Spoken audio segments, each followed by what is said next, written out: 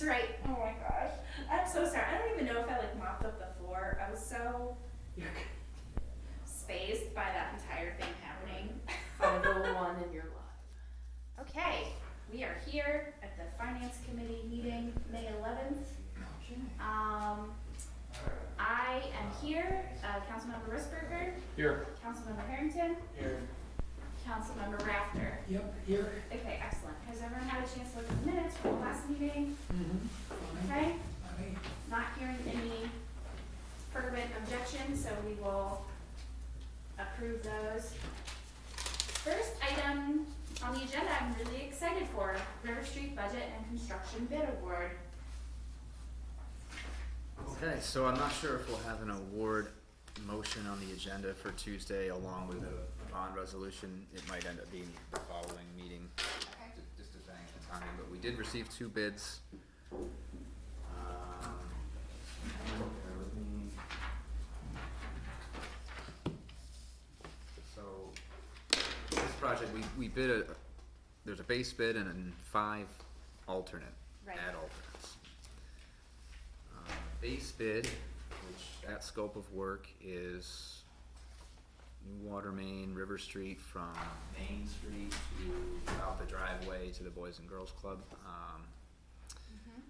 And that also includes reconstructing the street along that stretch, some minor sidewalk and curb improvements at the intersections where the crosswalks would be up to 10. It's only the water main, not sewer line? Correct. The sewer line, while it's not part of this contract, we're looking to use like a piggyback Onondaga County contract to line a section of it, not the entire thing, but we've TV'd it, we know what section needs to be, addressed and way built is, so we're looking to do that. This is be separate from this contract, but part of the project, so part of the project budget. So then the alternate number 1 would be the west end of River Street from Bridge Ave to the dead end down by Corning, replacing the water main and then just patching the trench, not a full mill and pave, not any other work down there. Alternate number 2, Ann Street water main replacement and milling and paving.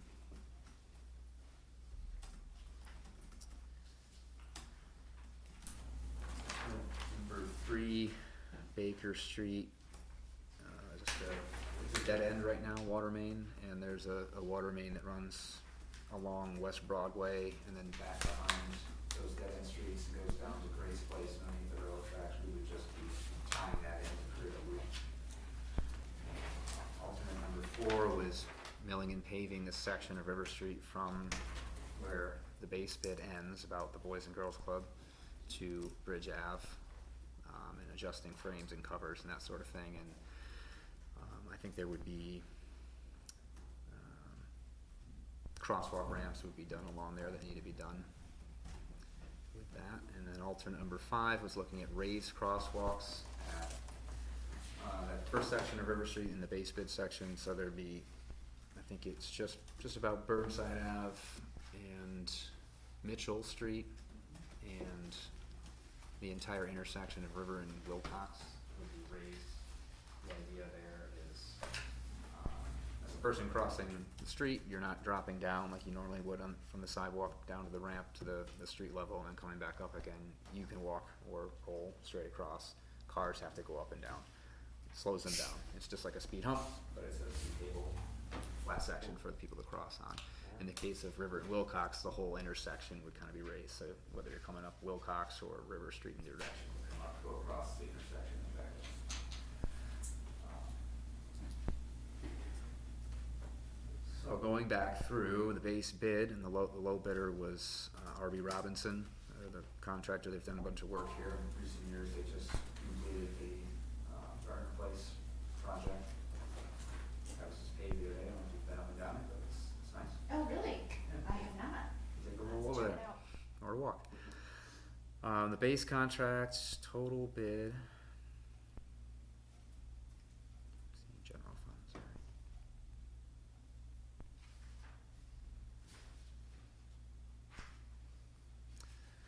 Just under 1.7 million.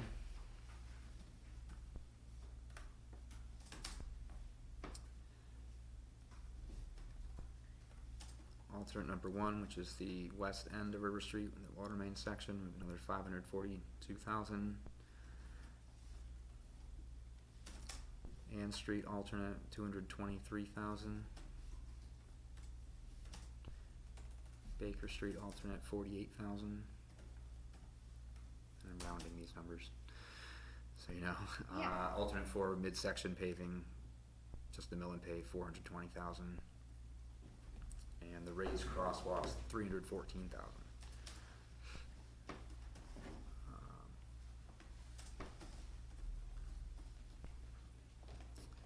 So we have not adopted a budget for this project yet, although in our planning for the project, we had a budget in mind. The bids, the total bids, everything together, all the alternates, $3,246,000. The budget that we were shooting for is $2,705,000. And that, also I should say that the non-contract work, the other contract we would have for the lining of the sewer, we estimate around $100,000. Okay. So we'd like to recommend that we look at what can we do for $2,705,000. We get sewer, we would, you know, that $2,705,000, that's the total budget. The budget would be $180,000 for sewer, $1,755,000 for water, and $770,000 for general.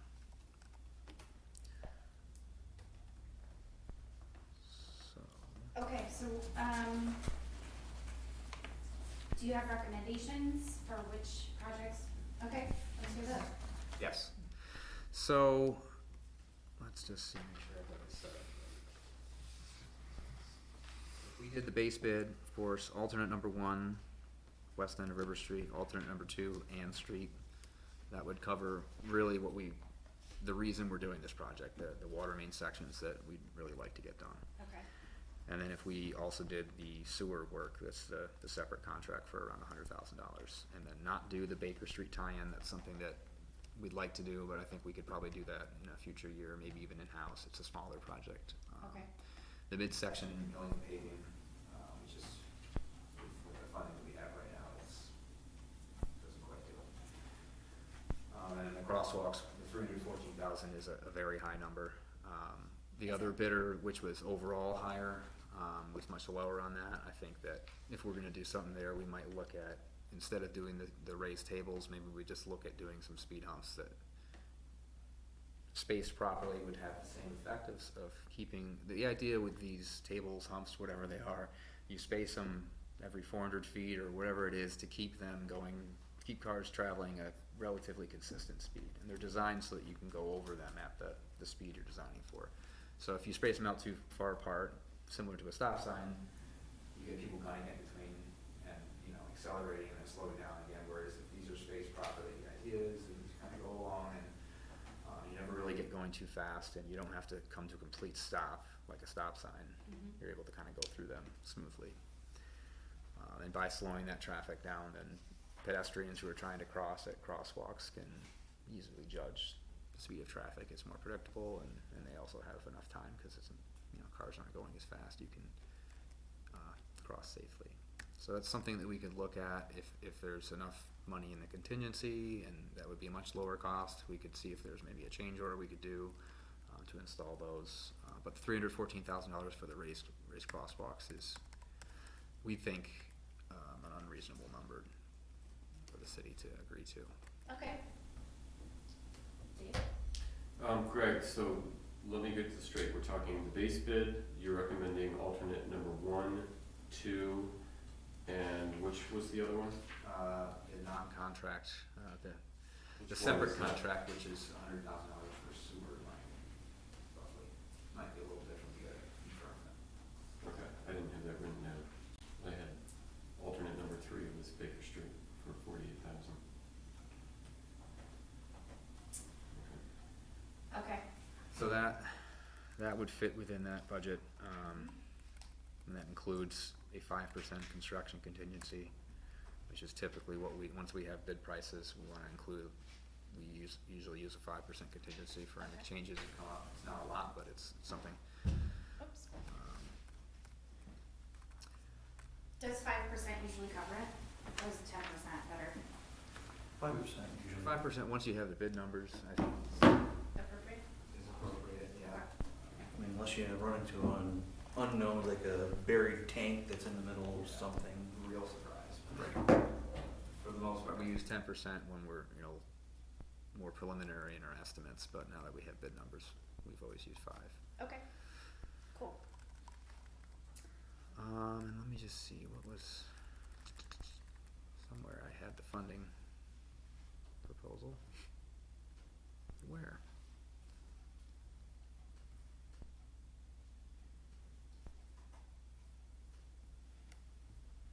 Go ahead if you have questions, I don't need to hold you up. I was just gonna see, what the thoughts are from the River Street representative. Scott? Trying to find my email, hold on. My phone's not cooperating. I don't know. It's all stuff that needs to be done. I mean, it'd be great if prices were lower so you could do everything at one shot and get it done, but we all know that's unrealistic, so. I know that the water mains down here are held together by Band-Aids, duct tapes, and Snicker bar wrappers. It's like Swiss cheese, so it's the city, I go with our department heads, they have to deal on a daily basis. I know that they've had problems with the sewer lines down there in spots, so, it wasn't too long ago, we had a big jet truck down there trying to get a brick out of there, so, because of falling in, caving in, so, I think it's a good worthwhile project to start trying to get caught up on stuff. My only concern that I have is the in the middle of River Street that's full of potholes from where you're gonna stop back up towards where UHS and stuff is. What would be the time plan on trying to get that corrected? Is that what? Because the last milling job that went through there, where you guys and you weren't there, Greg.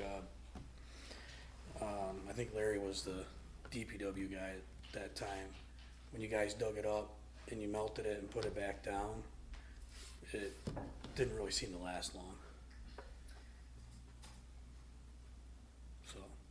Yeah, it's been, I would say that I'm not surprised with how long it lasted. I think it was 2015.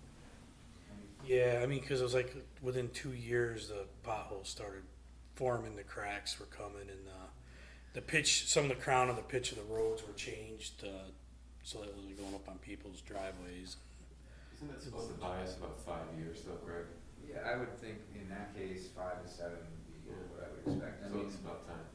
I don't think it's quite as good as a mill and pave. And when we did that, I think it was 2015, we did that a couple of years, maybe 14, 15, 16. And we did miles, like, it goes a lot farther than a mill Right. and paving would as far as the cost, 'cause it's less expensive.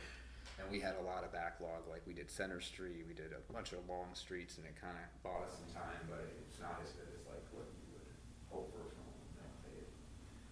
But at $500,000, and then when we look at all the other general fund expenses, especially streets that we're, have coming up, I just don't know if we can. Well, I'm not saying I disagree with you. I just didn't know what the plan was for the middle section that we're not getting to this time. How long it would be pushed out, Can't say for certain, but or maybe we'll have to cut more some. than 5 years. I know like Just it could, because it is a highly traveled road and it's gonna continue, but we'll just have to keep patching it until we can get to it, but there's also some other projects. I didn't know like the last time. I think we cut sections out, patched it in until we could find something. I just didn't know, like, 'cause I'm sure they're gonna ask me like, what's the long-term plan for that middle section? Which, hey, I tell everybody, inflation, your money doesn't go as far as it used to. No, I think it's a good plan. I think it's, start and. So, sorry, just for clarification for me, that is, what you're talking about is what would be addressed by alternate number 4, the Mhm. mill and pave from the Boys Club's Bridge Street? Okay. Okay. And so, you mentioned this, but can we just be very explicit about funding for this project? So, the water portion of the project and sewer, I think, could be partially funded by our second, round of ARPA. So I rounded down to 710,000, it's 713, but Okay. if we spend the entire 180 that we need for sewer, use that from ARPA, and then the remaining 530, spend that on water. Okay. We would need to bond 1,225,000 in the water fund, Sorry, say that number again. 1,225,000. Okay. And then the general fund portion of the project would be 770,000, and that would be from CHIPS / other DOT funding sources that we have. Okay. So there would be no use of general fund balance, no use of reserves Okay. or operating budget. But the bond is for the water fund, and that's something that has been taken into account with the increases. Right, that's in Okay. our model, financial model. Okay. Great. Cool, that sounds great. So you wouldn't be using any ARPA funds? We would. Would. Yes. We would use 530,000 for water and 180,000 for sewer, which is essentially the entire second half of our ARPA funds.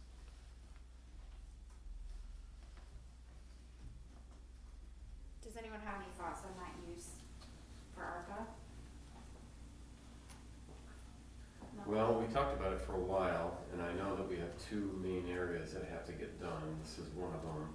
The other one is a much more elaborate project that we've talked about. Is that Suncrest Terrace? Yep. Okay. I just wanna make sure that's still kept on the front burner, because that's gonna have to get done too, Mm-hmm. so. But I'm in favor of this, it's gotta be done, so. Yeah, I agree with everything Dave just said, so. Okay. Great. Thank you. So again, it might not be on this Tuesday's agenda, possibly I guess it'd be June 6th. We just have to get a bond resolution prepared as well as the award. We have 45 days from the date of the bid opening to award the contract. Okay. It's questionable whether much work will be done this year. I don't know. It depends on some of the material lead times are quite long for some of the water materials, which they get some of them, they kind of need all of them to be able to start the project. So I guess we'll have to see how that works out. Maybe they can get a portion of it done this year, but it's definitely most likely. I should So it could say. be possibly like West Street where we had everything come in towards the end of the year and then started at the very beginning. They usually time item or brass items, so corporation stops, Okay. curb stops, that kind of stuff. And this isn't really our, criteria to talk about, but what's the plan for when that section of the street is shut down? Can you talk a little bit about the logistics of completing the work? I mean, the contractor would have to submit a temporary traffic control plan, but for the most part, it's gonna be, one lane, Okay. I wouldn't expect that there are gonna be many full shutdowns, but there could be at times, probably not. Okay. And about how long do you think the work will take? Was it 300 days? Well, I think the contract was written because we knew they were gonna have that winter Right. period, but I would say, Next summer, till next summer. yeah. Okay, Yeah, the better sure. part of a year. Yeah. Okay. Depends on when they start. Wow. Okay. I mean, they're not gonna be actively working throughout the winter, there'll be a shutdown period just because of. And that's where they're working. inclusive of the shutdown period? Yes. Okay. They'll typically shut down sometime late November, early December, then start again sometime March, April, depending on the weather. Okay. They wouldn't be allowed, or they wouldn't want to either leave anything open or just a dirt trench for the winter or anything like that. It'd be either temporary paving or final paving, so that's why we're not sure if they could start anything this year or not, but it depends on. Gotcha. Okay, thank you for answering those additional questions. Okay, does everyone feel complete on topic A? Topic B, Route 2328 Consultant Contract Award. Okay, so this is West Highway, / South Side.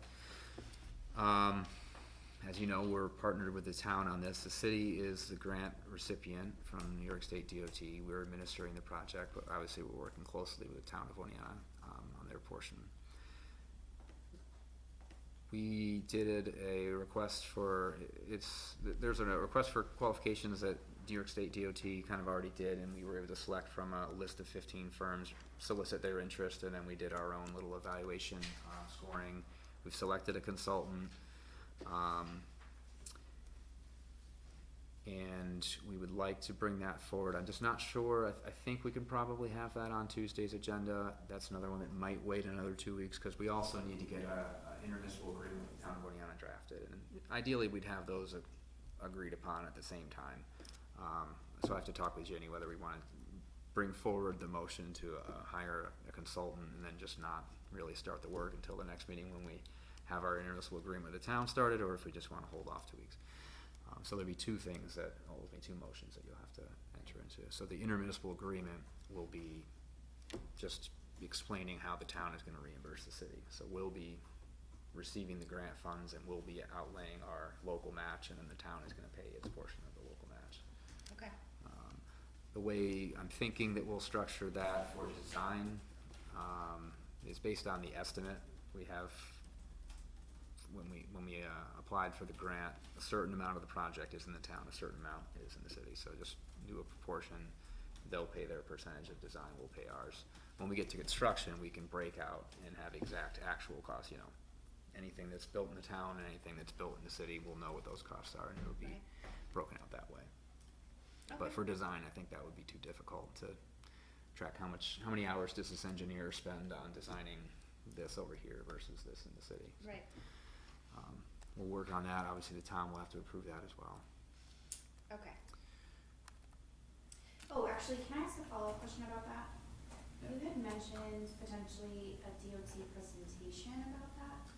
That would be, I think we were talking about the roundabout project, Yeah. which is different from this. Oh, it's separate. So Okay. sorry, I should just go over the scope again. So Okay, this would thank be the pedestrian and bicycle improvements, which Okay. we're imagining maybe a 12-foot wide multi-use path for pedestrians and bikes along by this highway from wherever this roundabout project ends, basically from Maple Street and Maine, all the way across Lettuce Highway. The city-town line is like about the middle of the river. Mhm. So the town portion takes it over, and then there'll also be same idea pathway that goes out to Lantern Hills, Trailer Park, just past Walmart. Mhm. And for a portion of that, you probably have sidewalk and bike lane or bike path on both sides of the road, but not all the way. Once you get to the mall, I think it would have to be on the mall side. And then on the town, going west, basically past Hannaford, past Home Depot, and then reconnecting to the sidewalk that's there now that just ends after you cross the bridge from Main Street. Yeah. So that would be the general sort of plan. That's huge and Good amazing. concept. Yeah. I'm so That'd be- excited. be a nice improvement. Cool. Our portion, the city's portion, was highway, we're working to see if we can, I would like to narrow and reduce the number of lanes, at least going from the city out toward the town to one lane between the intersections, the roundabout and the intersection of the highway. Okay. I think it's completely unnecessary to have 2 lanes and have people racing just to get over there to stop again. Right. So by doing that, we're able to have like a 12-foot, 10, 12-foot median, grass line, tree lines, horizontal separation, so your pedestrians and bikes have some physical separation between them and traffic. Because just putting a sidewalk along the shoulder where it is now, raised up 6 inches, really wouldn't accomplish anything, as far as the feeling of safety while walking or riding a bike Mhm. with traffic going 50 miles an hour. Correct. So hopefully we can accomplish that. Have you done a traffic study to see if we really need to reduce that or can get away with reducing that to one lane?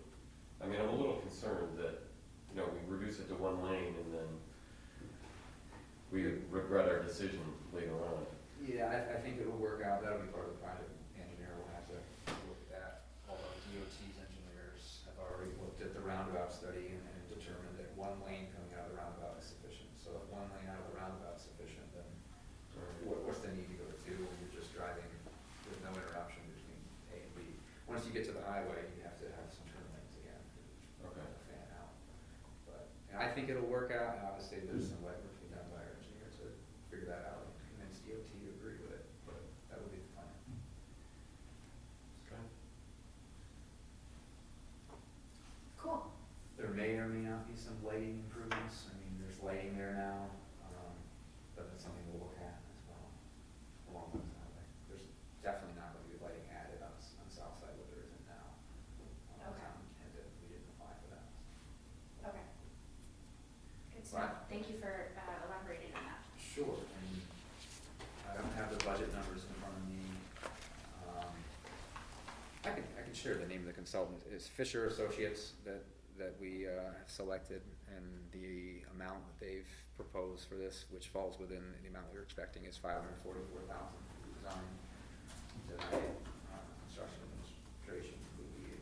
That's for design only. Construction administration, we would, if we got to that point, and we'll proceed with Fisher, we would have a supplemental agreement, so that would be an additional separate fund. Okay. There's a possibility that this project, if the timing aligns with DOT's roundabout project, and DOT has another project that's over by the Donalds area, potentially, if those were to align, there's a chance that we might hand this off to DOT for them to have one big project to, do the construction administration on, but that's all to be determined at some point in the future. Cool. Funding wise, we have roughly $1.8 million match on this is anticipated. I'd really like, working with our engineer to see how we can value engineer the project and keep it to that or less. We'll be tipping into our streets and sidewalks reserve most likely for a good chunk of that. Huge chunk of that. Huge chunk of that, yeah. So, and that's what we had proposed when we initially applied for this grant, 2021 and before that. So you got a question, it's probably a loaded one, but with all the repairs that have to be done on our sidewalks, is that a good, to take it out of there to do that? That's what the council decided when we applied for the project. I mean, it's, I'm just. I know actually what you're thinking of, Scott, because I was thinking the same thing, but I keep having to remind myself that we're not looking at just dealing with aesthetics here, we're looking at safety, because the number of people, no matter what we do, I mean, Oh, yeah. they walk from Center City down the south side and back, and it's, I agree with you about the sidewalks. I think we just have to find a way to keep doing the repairs that we need to on the sidewalks we have, but we gotta do this now if we have an opportunity to. We've been looking at this for forever, so, but I get it. Yeah, it would be, I think, huge in terms of connecting the city and the town and safety, and I agree, I think it's an opportunity thing more than anything. It is more that we have to maintain. I'm not against it, I don't wanna give that impression, cause I'm not, I'm just No, I trying to know. think about all the, I'm just telling you what I have to keep focused on is that piece, because otherwise I feel like I'll get lost in the cost and the rest of just the maintenance. I think this is something that's gotta be done. because there is an increase of people walking across and Yeah. so. Okay, great. Is there any more to be said about topic topic B? I wrote that under topic C, which is not so confusing. Okay, materials and supplies bid award. This is our annual materials and supplies bid for materials and supplies that we use quite frequently. Do you have any numbers you wanna share on that? There's a whole number. Well, I just wanted, yeah, if you don't mind, Greg, Oh, go thank you. We've got 48 different items listed on this bid. Okay. And what I would like to do, just for your own information, so you know what you're voting on, is to send out a PDF of the whole list. Yes, please. And then we'll compare it to last year's prices, just so you can see the difference. Mhm. But all the department heads that are involved in this bid have reviewed it, and they've all approved their different items. Okay. Excellent. That would be great. Thank you. Okay. A donation, we love those. We have 2 donations for Swart Wilcox. Ooh, okay. One is restricted for cost of the shutters, and the other one was just a donation for Swart Wilcox itself, so I'd like to bring those to the council for approval. Yes, please. Thank you. What was the first one for? It was for the help to pay for the replacement of the shutters. Okay, this one I'm interested in, budget amendment for the Newell Park entrance pillars. Okay, the pillars that when you enter from the River Street, entrance to Newell Park, those two large pillars, they are in great need of repair. To actually take them down and rebuild them, it would be more of a $20,000 to $30,000 repair to redo everything, which would really be nice. But we right now don't have the funding for that, but we do. The estimate right now is about $7,000 for the masonry pointing work, and they'll be able to repair both of the pillars for that, which will give it a little bit of a more extended life. Years ago, when we redid Burtis Lane Road, we received a donation. We did not exhaust 100% of those funds. So we've been holding it in reserve for something else to be done on Burtis Lane. And this is the entrance to Burtis Lane. So I would like to propose that the council use those funds. It's about $6,400. Okay.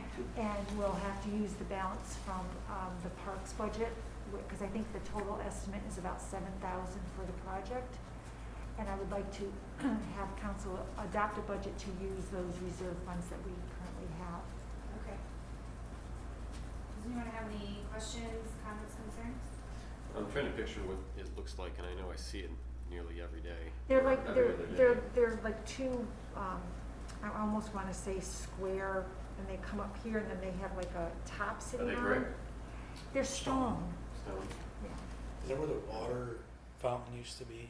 No, that's the Ethel Scatcherd Memorial. I guess my question is, and maybe this is for Chris or Greg, when they do the repointing, can they do anything to limit future water damage? Because, I mean, no matter what you do, there's gonna be water damage to that sort of thing. Problem with the brick and mortar, or, stone and mortar, is what doesn't weather well, and it's Yeah. gonna fall apart over time, so pointing of such features are necessary periodically, and unfortunately, there aren't very many options for people that do masonry work in the area, and we struggled to get the quotes that we did get. But really, there's not much we can do as far as the drainage goes. But am I correct, this should probably get us 20 to 30 years? I I don't know if I don't think it would I don't be think that guarantee long. that, no. I don't think that's a guarantee. Maybe 10, Because I know what it's like to repoint a chimney and how long that gives you. It gives you a long time. yeah. But that's chimney. I think part of the issue is I don't know what kind of foundation is below it. Yeah. There might be movement there, so depending on the foundation, and movement of the structures will greatly depend on how the motor holds up. Okay. I'll cross my fingers for at least 10 years. Yeah, exactly. Okay, any other thoughts? Did I do Questions? this? Yeah. You rather repoint it than take it down? I'm sorry? You rather repoint it than take it down? That is not my decision. That would be the council's decision and recommendation. Just kind of looking at a, From what I understand, they were a donation to the city at the time of the installation. There's I believe, a plaque on them. I don't have a picture of the plaque right now, but there's a plaque on them There is. Okay. noting the creation and the donation at that time. I guess I kind of asked my question wrong instead of take it down. Like, is there any, does it, safety-wise, should we look at taking it down versus doing this? I guess that's how I should have phrased it. That's up to you, Chris. I think pointing it will be sufficient. I don't think it needs to be taken down this time. Sorry, I phrased my question Sure. wrong, Jenny. Sorry about that. That's okay. Oh. I'm looking at it. Yeah. I think it gives a distinctive entrance to the park. Yeah, it's I would nice. hate to. Is it right before, I grew up here. God, people are Alright. gonna I jump. know, when you think Is about it, it. is it, it's you right know, there right? after the Tim Chrisman Field, right? They sit right there. Right next to the maintenance building. Scott, I'm park sure, maintenance I'm building. sure Yeah. you used to climb on them when you were a kid. Yeah, there used to be a big, yeah, but the boulder used to be a lot bigger. I climbed down there too. It's- You have to go into the park a little bit before you hit it. And yeah, it's like near right there after maintenance Tim building. Chrisman. You know where the, like where the circle Yeah. is? Burning circle, as you're turning left, it becomes very large, like right as you're going Yeah. through that. They're on both sides, right? They're Yeah, I both wouldn't sides. wanna, I wouldn't wanna tear it down without putting something else there. Right, It gives I know. I that- was just worrying about safety, but if they're confident, I'm confident. It's good with me. Yeah, and we have the funding that sounds like it's sort of specifically for property. So anybody out there watching this, I'm sorry that my brain is like. Oh, you are gonna get Nothing to be sorry letters. about.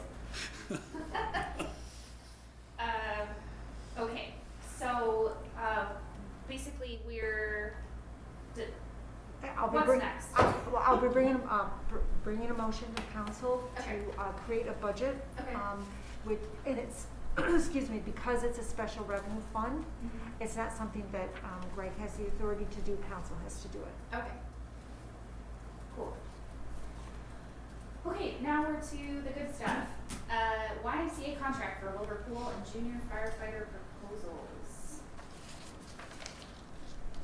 Everyone have a chance to look at these? I think we sent these out with the agenda. Yes. Wilbur Park is proposed $83,700 for this season.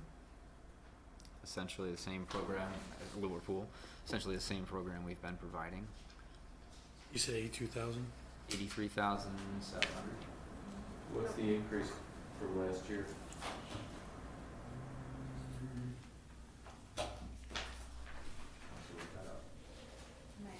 I'm sorry, I don't have that with me, Greg. $7,000, I think. Right? Pools, purchase services. Or $5,000, it's $87. They had to cover changes in minimum wage Yeah. over the last year, so.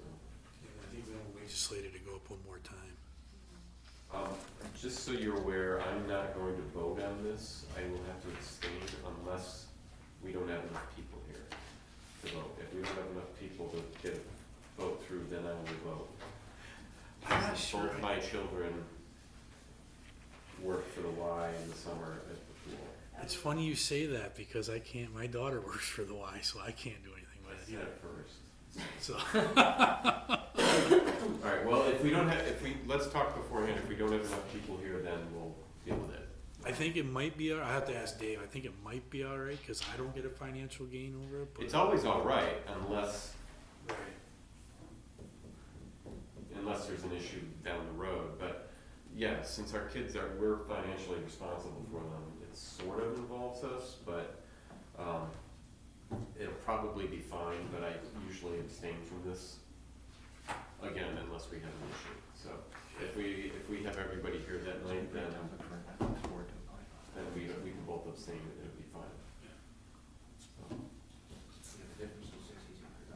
Okay. So Greg, you may want to put out an email right before council to make sure you got enough people here for that. If you, it can always be polled too, I guess, but table it, whatever. I don't feel that strongly about it. I mean, if we only have 6 of us here, then I'll vote for it. You have no control over what your children are being paid for by the Y. Just True. and keep that in mind. You have no control, you're not voting on their personal, salaries. Oh yeah, that is true. I can't even get my daughter to buy me a cup of coffee with her earnings, so we're good. Okay. Thanks, So Jenny. everyone looked them over though, right, the proposals? Yes. Okay, do we have any discussion on those? No, I think, I was a little shocked at how long we've been doing the YMCA contract at this point with pool. And the junior firefighter program, I think is fantastic that they do, so I'm in favor of it. Any thoughts from anybody? I got a thought, but it's not about this.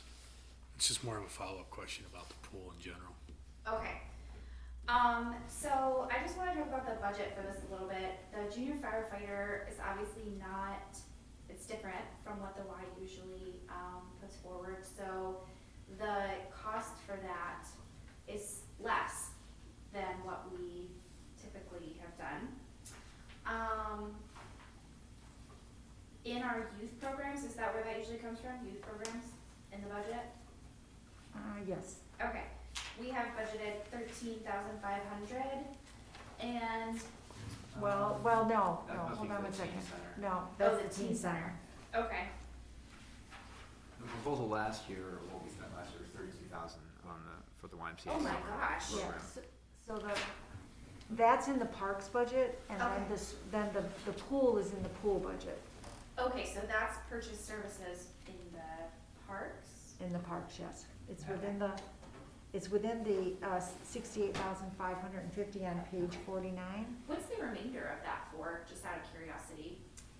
Purchase services. in All the sorts parks. of other parts. Yeah, I was gonna, yeah. Oh, Things. okay, so it's 30, I'm just gonna write this down, it was 32, so that's what we have budgeted for this year. I'd have to go, I can scoot downstairs really 30-ish. quickly and look it up. Okay. No, I'm sure it's it's not fairly critical. close to that, maybe a little bit more, but. Okay, Yeah. so I guess my question is this, like, we have sort of, I think, two options with that. I absolutely think we should continue our partnership with the Y, I agree with you. They've sort of changed their demographic, right, skewing to younger.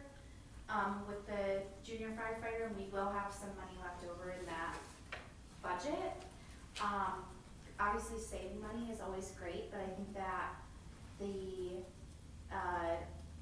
well, I don't know, because I don't know if this is a thing we could do, because we don't have a contract with them, but the Boys and Girls Club kind of picked up the school age demographic for the city, and I don't know if it's something where we can subsidize them in some way with some of the remaining funding. Since I we will- understand, oh, I'm sorry, Jimmy. No, yeah, please, that, you understand the gist of my question, so I will stop talking. I know Lou has, had a conversation with the Boys and Girls Club, and we also talked with, the YMCA, and to obviously understand that they were proposing that. I understand the Boys and Girls Club is not looking for any assistance, and Sure. they're running this program and seem to be happy with their plan. Okay, doing it? I'm not sure that they're seeking any. Yeah, it's not that there's Why? like, okay, they might not. And personally, if you want my 2 cents, I think that right now, because we adopted the budget with a $1.2 million deficit, I think that any savings that we can grab onto this year, I think we should seriously consider that opportunity. Yeah, I agree to a very high extent.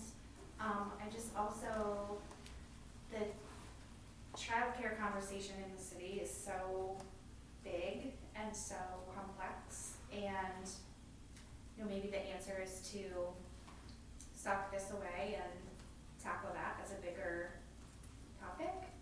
But, yeah, I just wanna make sure that the city is in some way, supportive of summer childcare. Does that make sense? Were you thinking that we could take that funding and give it to Boys and Girls Club to expand what they're doing?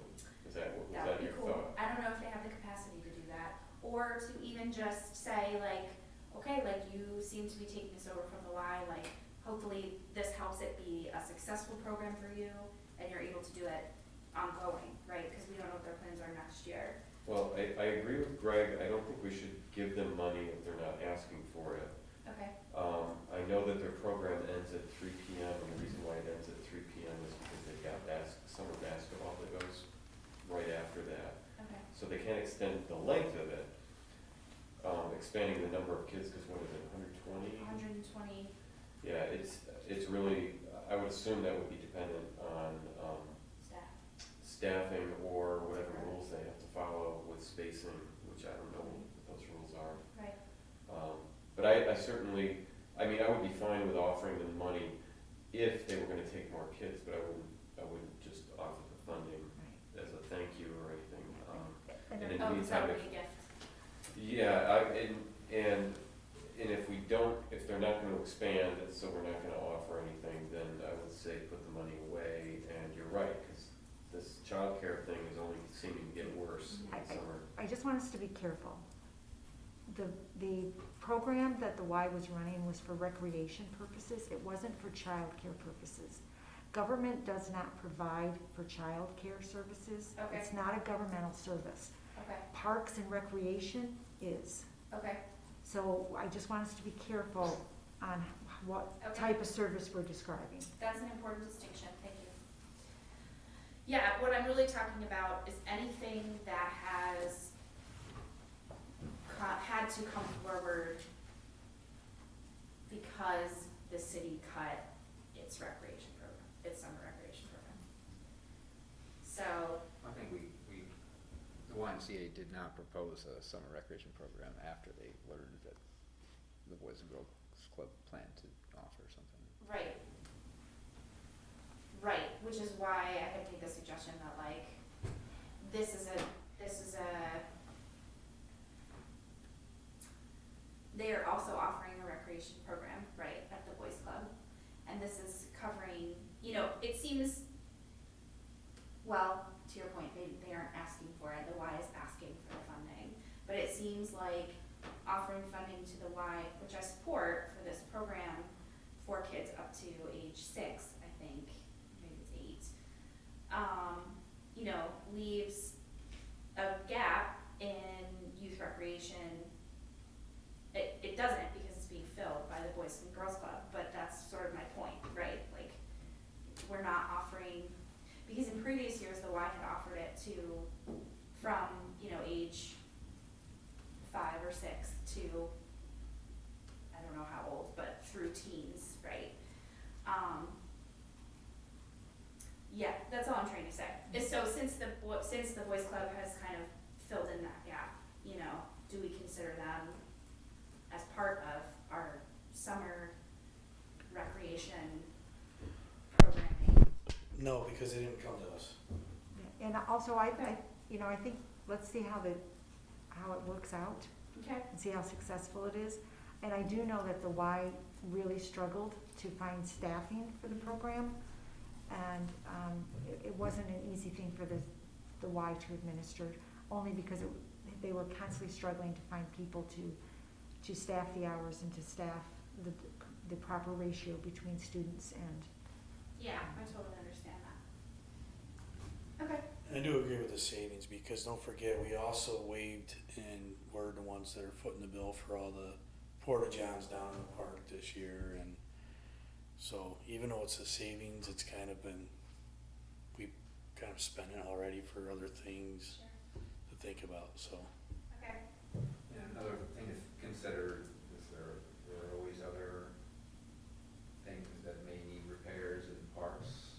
I know that we have the lifeguard chairs, I believe, or is it diving boards or. The diving boards are being replaced this year, but the chairs are fiberglass and they're splintering. The decks that they stand on are splintering. They really are in need of replacement. There are always more of these medium-sized repair or upgrade projects that we could fund instead, with the savings. Okay. As needed. There's plenty of ways to spend this. Yeah, of course, of course. Or save it. Yeah, I just know that it's,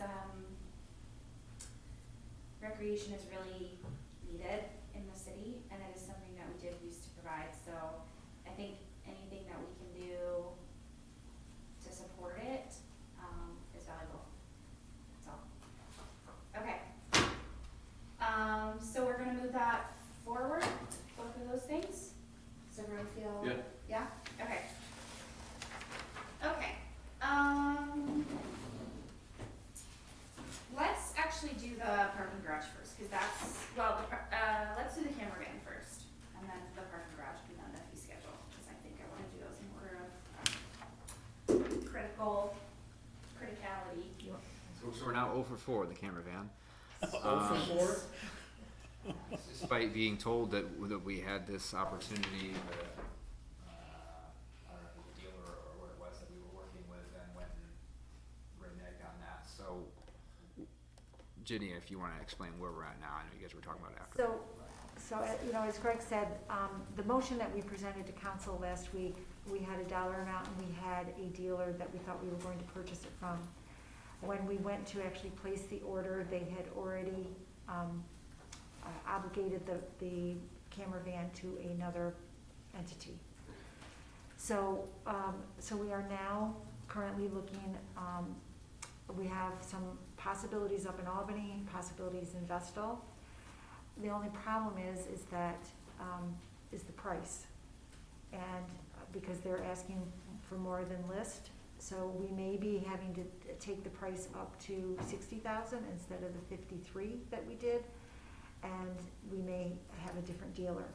But because you've already, declared an emergency, we can just by memo tell you that this is now the action that we're taking, and we have to modify, the plan because of, the circumstances that we're in. We will be, there will be another budget motion depending on what price we end up having.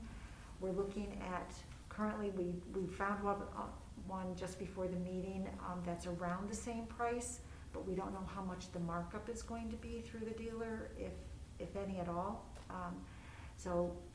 Charlie also found a possibility down in Vestal. So we don't have the final, commitment yet, or the final dollar number, but we are really trying to get this camper van. So. Okay.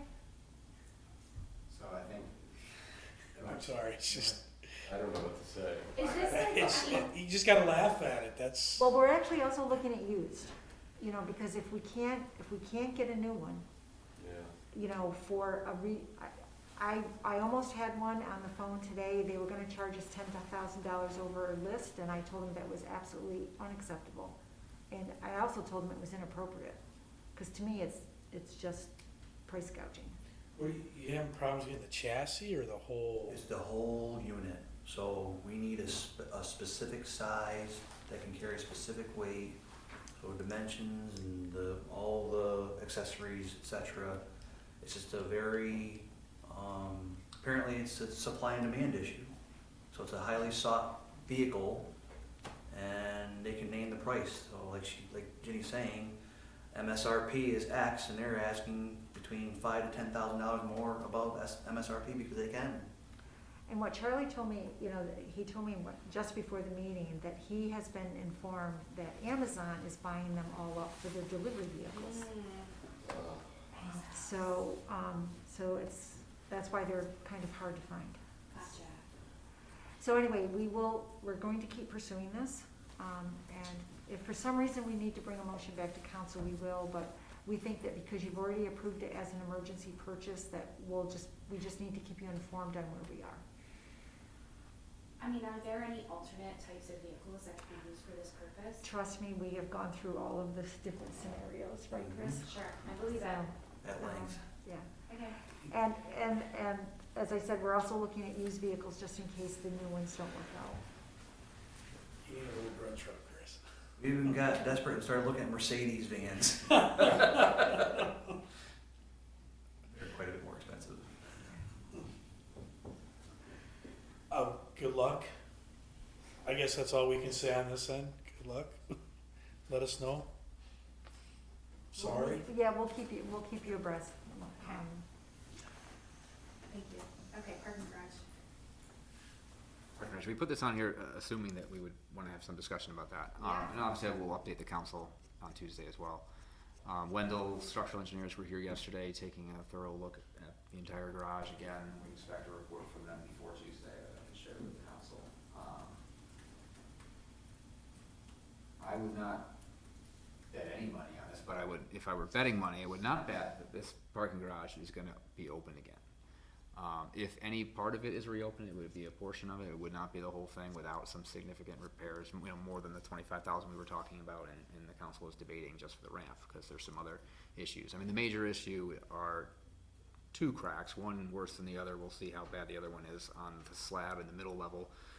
One that, over the course of a week, I mean, I would have noticed as I walked through there and I didn't notice anything, and then our maintenance crew noticed that there was a crack that was, you know, a settlement noticeable that you could stub your toe on. You know, looking at that, that's not good.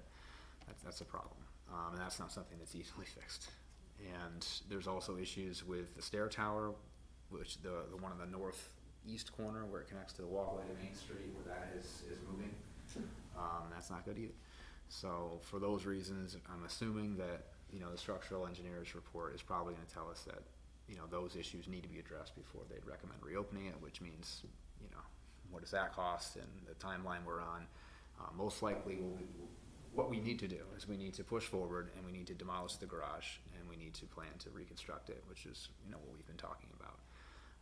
I think that, you know, we're looking at June 15th, I think it's a Thursday night, there's a finance meeting at 5, maybe at 6:30.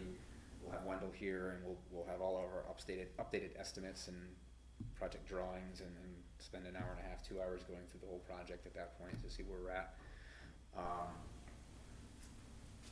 But we should be moving towards putting out to bid the demolition of the garage. That's the first step. And the second step, not long after that, I think we'll be ready to bid out Market Street streetscape projects. And then by this winter, we'll be bidding the parking garage transit hub project. And what we will present on the 15th is this is our budget now, and this is what our budget could be if we get the additional funding requested and haven't yet heard back on. And this is what we'll do if we only have this amount of money, and this is what we'll do if we get the money, which likely we're not gonna know until like this fall. So we'll have those two options to present to council, and so that we'll have confidence that we'll be able to go forward and complete a project without, you know, getting partway through it and running out of money or something. Obviously, this is all dependent on construction bid pricing and that sort of thing, but we'll have that all laid out and what the funding sources are, so that at the 15th we have a complete picture of how this project's going to come to the conclusion in the next 2 years. So that's like the quick update as where we're at now. As far as parking and downtown parking in the meantime, you know, we're looking at, so we put out a PSA and said Damascus Field is available. I know there's concerns with the distance away, and at night, you know, there's concern about being dark and walking over there. I've seen some people utilizing that, maybe 20 cars were there yesterday, I saw 10 when I drove by today. You know, counting cars, there's roughly the same number of cars downtown, they're just kind of dispersing to other places like on private lots.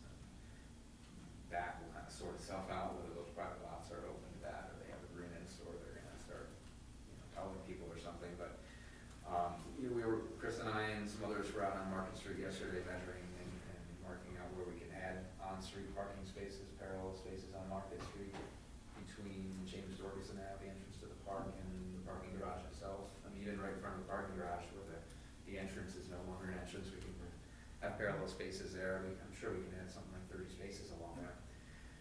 We might be able to add a few on the east side of Chestnut Extension and be a little bit narrow, but we think we might be able to fit some there. We gotta confirm that. The south portion of the Deep Street parking lot has been under construction. They paved that, it's striped. I think starting tomorrow, just gotta confirm with the construction superintendent, we should be able to put about half of that. So ultimately, when that's all open again, it's another 55 spaces, so maybe we'll get 20 or 30, I would say, available for the public. So, you know, those things help. We've talked about we have looked into, it's something we might be able to implement during the summer at least, when college isn't in session, having a OPT shuttle that would go from Damascus Field up Market Street, down Main Street and around, and, you know, helping people move around downtown who might have to park a little bit further away than if the parking garage were there. So those are the options we're looking at right now. Do we have a plan in place for when we do demo, how we're gonna be able to help keep those businesses open that are down on Water Street? Are we gonna be able to have any traffic go down that part of Water Street? So I will have to look at that in real close detail with Wendell to see what, I imagine there's going to be a time when that will not be possible. I think that we have to look at it close to see. I mean, even if we can allow walking access so they can get down there,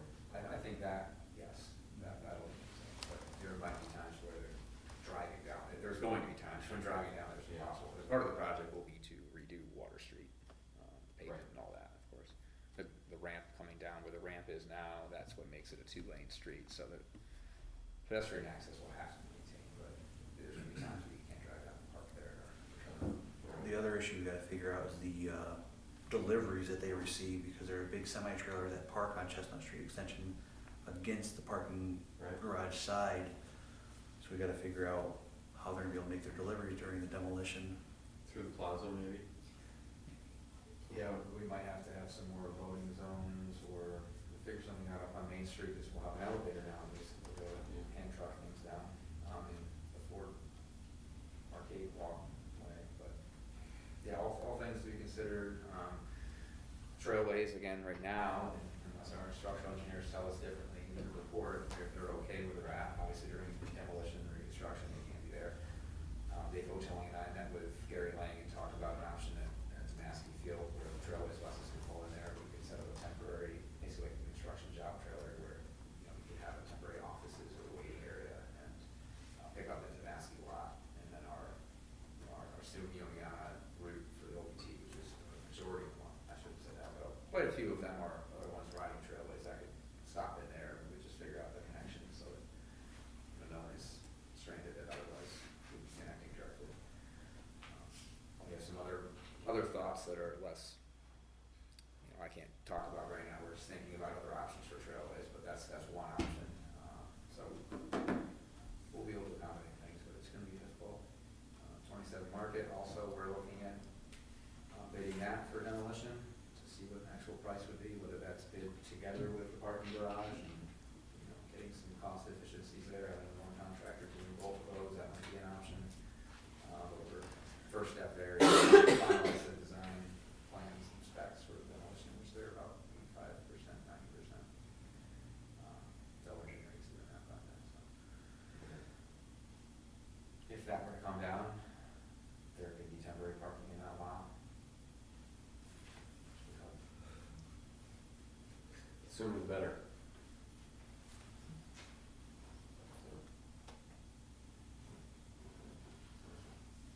Okay, yeah.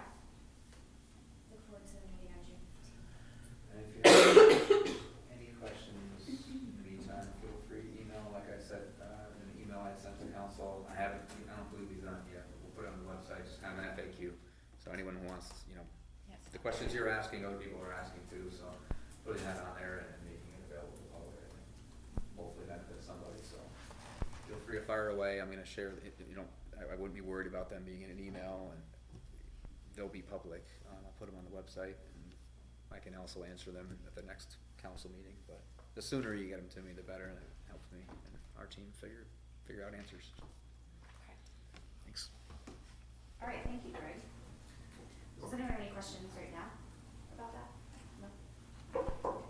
I'm just compelled to thank the DPW crews that do the maintenance on the garage of noticing these dangerous changes and informing Chris and Greg immediately when they found them, because I really think it was for the safety of the whole community, and I just want to thank them publicly. Thank you. Pass that along. Okay, so the last topic that we have is about revenue generation.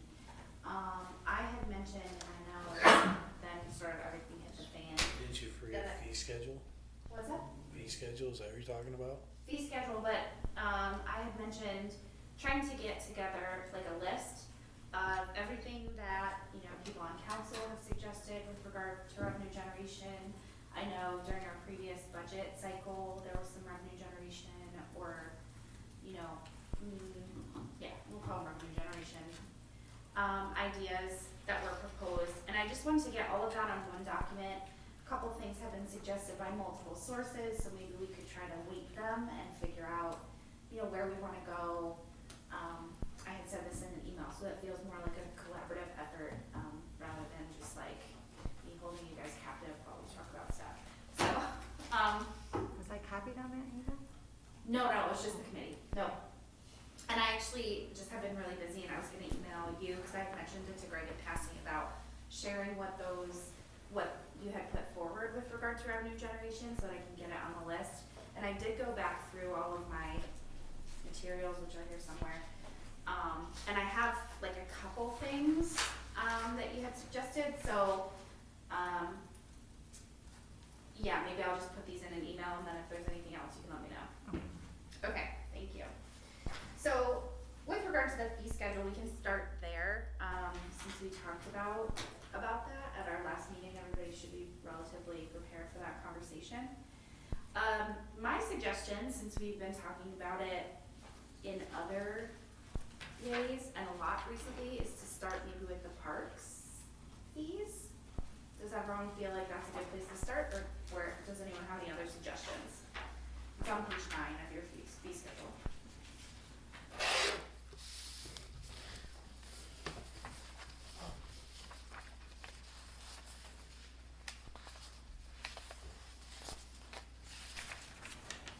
Well, the first thing I would ask is if there's anything in our parks fees that would compare to other municipalities that are of similar size.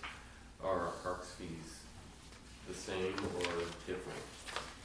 That's a good question.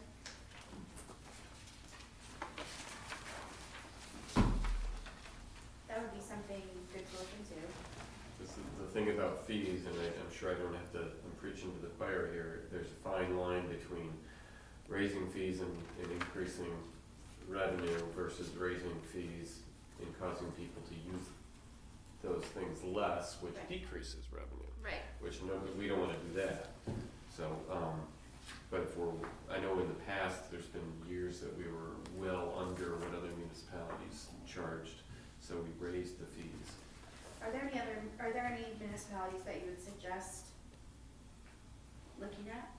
Well, I would ask, finance first to see what they know, because in the past, I believe this came through finance, correct? With the research that your department Yeah, had done. what we'll do is we can send out an updated survey, and usually what happens is when we do that, the municipalities will share the results with each other. That way, if they participate, they also get the results, so. That's really cool. Can you do that with more than just parks fees then? Yeah, could, Okay. for example, I will share this schedule with them, and Yeah. I'll say, can you please provide me your fee schedule? And then, I can have staff do a comparison type thing. It was done a while ago, and that's when we decided different ones that needed to be Yeah. tweaked, but we can do that again. Okay. I mean, can I ask a question? Is that really cumbersome? Cause It- I don't want to put that on the finance department if that's necessary. I mean, I could do it if we had like 4 or 5 municipalities that we wanted to look into, you know what I mean? Well, yes, is it cumbersome? Yes, Yeah. because once you start gathering the information, but also, I don't,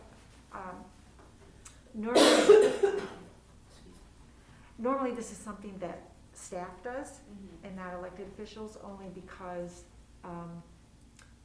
when, you may not get the responses, only because they know that you're an elected official instead of a staff member, and I don't mean any disrespect with that, because sometimes they've got caution when they get, for example, if I get something from another elected official from another municipality, I won't respond until I research it to see why. Because I don't wanna get into any political situation, Okay. so then I will call the finance person themselves. That doesn't make any sense to me, but you have way more experience than I do, so I'm sure there's reasoning behind it, just isn't obvious to me. Yeah, so, Okay. but, it's totally up to Greg. I mean, I think the finance department is way overtasked right now. Ginny is obviously trying to be helpful, and as always, but still being down a staff member and everything going on, that maybe sending out an email to a list and asking for some input, that's not a big deal, but compiling that might be something we send back to the committee, whatever results we get to take and compare. Okay. I understand your thought process in reviewing fees, but just generally speaking, I think it's a lot of effort for a minimal return as far as dollar revenue generated. Yeah, totally. And it is something that we do not comprehensively every year, but we heads who are dealing with these fees on a regular basis are the ones who would say, well, maybe we should increase that. We do take a look at it, but we don't necessarily do a full cost analysis because we don't have a budget office and all these different support staff that can do that to that level of detail. So Yeah, and that's sort of where I was hoping like the committee could come in to do, and I understand that it's not gonna close our $1 million deficit, but I think that small changes and sort of saying like, this, if we say about a lot of things like, oh, this is little, it's not really gonna do, and there's absolutely value in doing the big work, and I know that that's what you guys are doing, but I think that because we are charged to be here and look at this kind of stuff, if we can take some of that off of the plate of staff members, right, by doing the work here, that would be like at least a little bit helpful. If not, I mean, maybe not. Yeah, go ahead. I would hesitate for this committee to go into the fee structure and take fee structures of other municipalities and go detailed comparisons. I mean, our charge really as elected officials, in my opinion, has always been to legislate, but this would be, I think this would be, we do legislate the fee schedule, but we have the fee schedule brought forward to us to decide what we want, what we don't want. But to go through line by line, trying to make a call on what is appropriate and what is not appropriate to increase, that is, I think would be really outside of our purview. I mean, our job is to, like I said, it's to legislate, not to do the day-to-day business, and this would be getting into the day-to-day business. I guess I don't agree, but I'll hear from the rest of the committee. We, You want me to talk? yeah, well, if it's all right with Greg. So I had a meeting today up at SUNY Oneonta with the Student Employment Services people, and we discussed the Federal Work Study Program, and it's something that I haven't had a chance to discuss with Greg, but at Ginny as a department head, I quickly bounced off if it was something that she would consider with we haven't had a chance to discuss, I was like, I know you're gonna have questions and you're gonna need more information, but just on this high level, is this something you would even consider? Because if department heads are not even willing at that high level to consider, for whatever, I mean, there are many reasons. I don't wanna spend more time if it's not something that's a possibility, so. But it is, when Ginny said maybe that's someone, because it's the type of work that we could have someone in that position do. So I think that's kind of what she was. I mean, She was time is like whispering to money, it can always be spent somewhere else, so if you have something that you want that person to be doing, Yeah. you have them Well, do so this the federal- instead. So again, I mean, like I said, I haven't gotten into it. I don't want to, get too far ahead of myself. But the Federal Work Study Program is funded entirely by the federal grant, and so there's no cost to us for that. It's also limited in the hours that they're able to do because of the way the program is funded. And there's a lot of reasons. I mean, yes, there's certainly other work we have a lot of work and probably not enough people to do it, but things like the training that, say, in this instance, that Ginny may be able to provide. This is something that, as long as it's someone that's proficient with Excel and Ginny provides some direction, it's able to do. The issue, one potential issue with a program like this that you could foresee is if it's a thing that requires a lot of training, there's someone may leave after the semester or at the end of the year, so now you've invested a lot in training time and they're leaving, or they may not come back next year, or they may, potentially people don't even make it through. It is kind of like an employment situation, so they may, it's possible that people could get terminated. So, so there's lots of reasons why you don't want to do a lot of heavy investment, on the front end. So identifying, jobs that they're able to do. Of course, the benefit to the students is it gives them an opportunity to go through kind of like a job seeking process, a job application process. These might be students that have never had a position or anything like that. So there's other things that we would be providing, just general guidance as far as how to be a good employee, that they may not be getting. So it's not something where we're looking for a lot of production out of them, But we get, with the idea is that we get some production, some benefit, they get some production, some benefit, it's a win-win for everyone, so. Yeah, cool. But I think this would, something like that is a great project that we could do, and I think it's probably, you know, would be appropriate for us to. But we haven't even discussed it with Greg. Yeah, so- sorry, yeah, sorry, Greg. No, it's okay, I'm just where you're You going. wanted me about the federal works right? And I guess just to address something that you said, Dave, I don't necessarily think that we should go line by line through this, but I looked at the Parks Department, I have a couple of specific questions. And yeah, I guess I just don't see anything wrong with doing work at a committee. But again, I would like to hear from that side if you think this is some, like, sort of micromanaging situation, or if you think that it's like doing our part. I don't know about that. I'm just gonna go from my perspective is I don't have time to do this. I'll be upfront and honest with you, with my full-time job, and I'm trying to let department heads do the department heads. I'm trying to let Greg be the city administrator, Greg do what he needs to do, and try to keep my distance and be a legislator. Okay. It's a fine line. But I think if this is something you want to do, and if Greg would want to do it, that's why I'm looking, is since this is a park and recs kind of fee here that we're looking at, maybe that committee would want to take that on. So I actually asked if they would discuss some of these things, and the Parks Administrator doesn't think that that's within their purview. Well, like you said, we're working one down in Ginny's, it's one, right, still? One down in Ginny's office. We already got Greg overtaxed. We're putting more on his plate, put more back on Ginny's plate, we're putting more over into the other departments because it's just spilling over. So, I mean, like Greg said, for the amount of little bit of return we're gonna get, I don't know. Like I said, I don't have the time to personally invest into this. That's fine. John, what are your thoughts? What are your thoughts? Right now I'm looking at,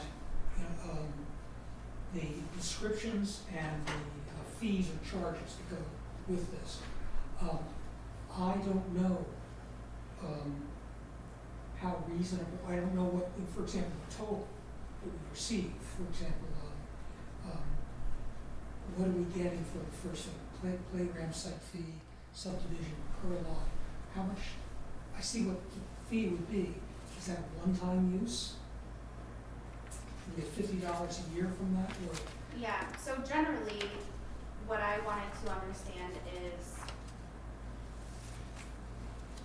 are these fees appropriate? And I think you're asking questions that would be Well, examples of questions that we would ask during this in a discussion. sense, I'm looking at this and analogizing it to a menu.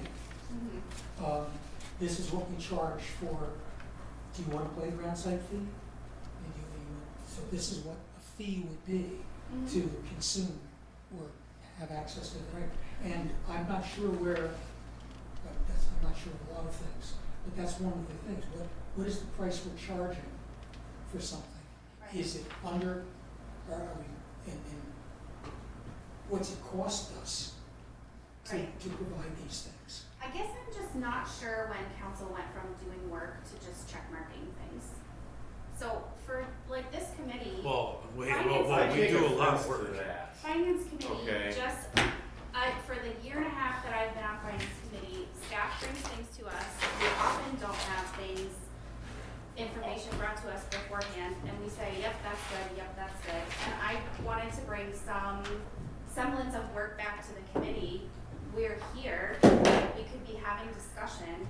I haven't gotten anything on revenue generation from anyone. It feels like a fishing expedition. Our job here is not to micromanage. It's not We are not micromanaging. our job is not to take, excuse me, I'm really upset right now. What you just said was so insulting.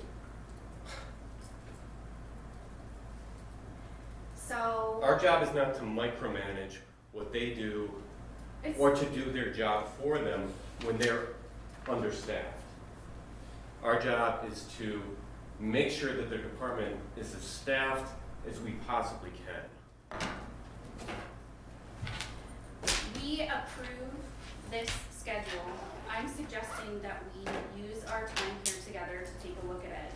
And I'm being accused of micromanaging because of that. And I'm kind of offended by that as well. Fine, I'm glad that, I'm sorry you're offended by that. Okay, I'm gonna ask my questions about the parks fees, if that's okay. Okay, I noticed on, let's see. For the facilities rental, we don't have anything listed for, well, I just noticed that softball field number 4 at the Lakes has a contract next to it. And I know that we have Hartwick that uses Wilbur tennis courts, but it doesn't say contract there. So are they under a contract? Is that what that, or how does that work, that agreement with them?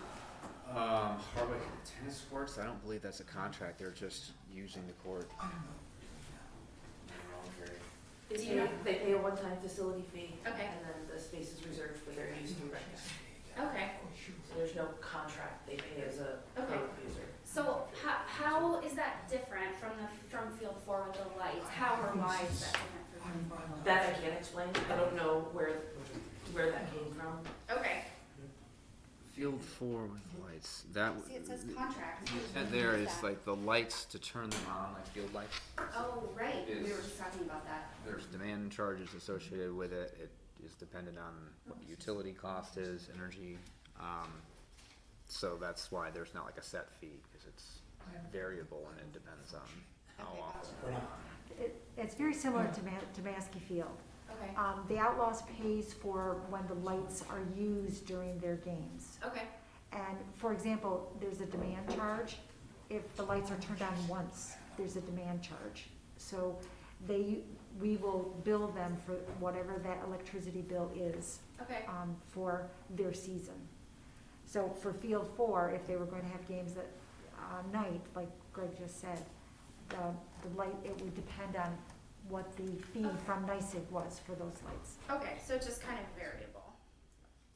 Yeah, I mean, if you use, just to expand exactly what Jenny said, like for the Damascus Field case, if you have one game on August 1st, that's the last game of the season, and you turn the lights on for that, for the entire month, you're I'm paying. sorry, I'm having trouble hearing. Greg. that's all right, because we're not being productive. John and I are just sitting here talking with everything that was said. You guys The can production's leave. gone. So John and I'm gonna make a motion that we just adjourn the meeting for tonight. I support that. Okay, you guys are welcome to leave. I have some questions. Thank you. But the meeting's Meeting's over. would be adjourned. Yeah. Well, we don't have a quorum and we're not making any motion, so. Okay, I can ask my questions via email. I do have a question for you though. It's about deposits.